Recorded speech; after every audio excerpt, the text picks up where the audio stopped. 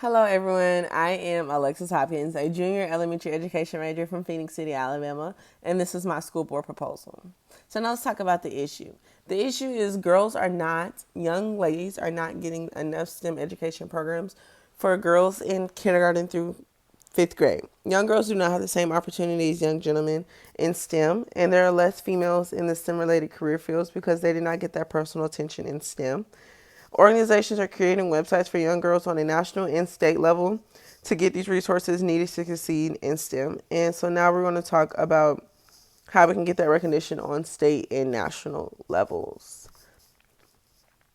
So as we move to the next slide, it talks about the state level for Alabama. We have a program called STEM Near Me by Alabama STEM Council. This organization focuses on bringing STEM programs to the student in person and online. So online is like a science lab, basically, and it's showing them step by step of what to do during every science lab for the STEM. And then in person, it will mail you projects and it will still give you that same step by step program and for you to learn. On a national level, we have organizations called the U.S. National Science Foundation and the National Girls Collaborative Project. Both of these organizations are geared to young ladies young ladies learning in STEM. And they also even have a program called PSY Girls, which is in a park, and girls can learn in a park while they're playing with their friends. STEM. And we think that it's just the most amazing thing ever because now not only the girls are playing at the park, but they can learn while they're playing at the park with their homegirls. And that is just fine. They can learn and play. So these programs are instilled for them to learn.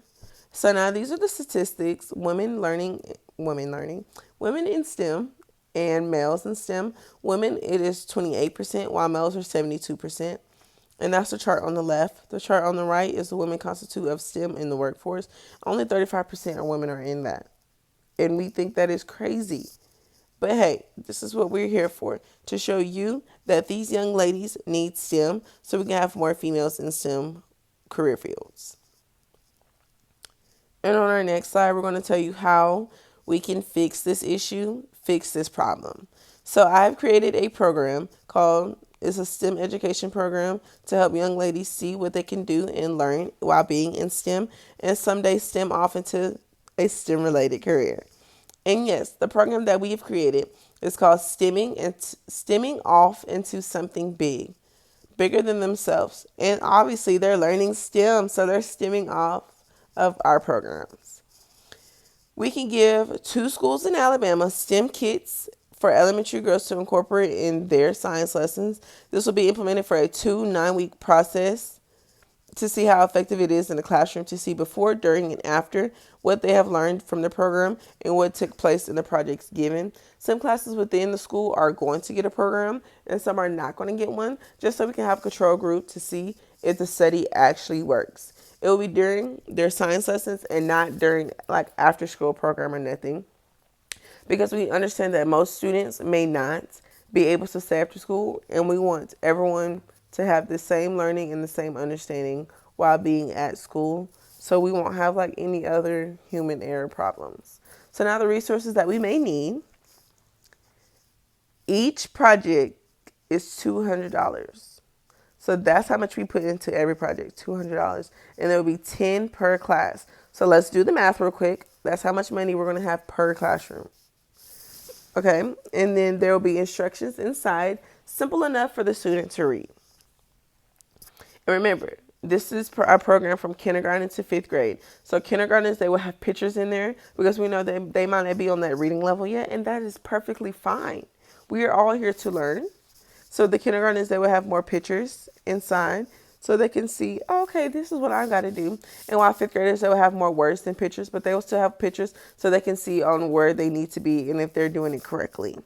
So and then the students will basically get a better understanding from the lesson that they're giving through the STEM way.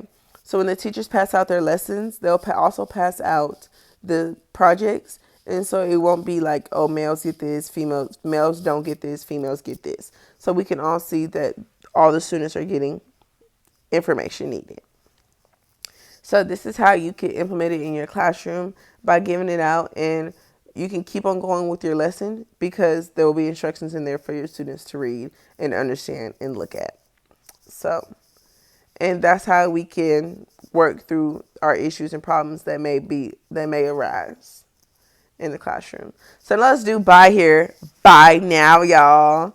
So this presentation will be obviously shown to everyone here, administrators, parents, and students. This program will help the young students, the young ladies grow. They could possibly one day, your child can be an astronaut or they could be the next big engineer. You never know if you never introduce these things to these young ladies and have the students potentially learn and maybe one day fall in love with STEM. Just give them the opportunity. Give the students the opportunity to try this program and see if they like it. And if they do, we can keep continuing this program. And then we can help and push them see where the future may take them in this career field of STEM. So now we know we may have challenges that we may face through this program, and that is okay. Everyone may have problems, and then this is how we're going to fix our problems. So we feel like our biggest problem might be the educators. Now, I know some educators are in here. We are sorry, but we're just saying. The reason why we say it's the educators is because it's during your science lessons. And not only is during your science lessons, it's only going to females. I feel like the males in the classrooms may feel left out when really in actuality, it's the females being left out of the lesson. It's females being left out of STEM. It may cause arguments within your classroom. It may cause you to stop passing and implementing the projects given to the females. Or the educator may not pass it out at all and that the females may not get the project at all and even get a chance to learn or even apply themselves to these STEM projects given. Or even if the educator do pass it out, the educator may not seem or feel excited like the students may be. And then this is how the students may lose the interest in it. So this is how we're going to evaluate the problem. Educators will have a form they need to fill out, and for all the female students, it will have the beginning, middle, and end of each 9-week period, basically telling us if your student improved in their grades. So this is how we can see if the student improved from our program or not. So as well as giving the students the end of the program paper as well. On the paper, it will consist of what they have learned, what they like the most, and how they will rate each lesson and project from their remembrance, and see if they really like it. If they do, we'll keep implementing. If they do not, it's okay. We can take it out or we can change some things.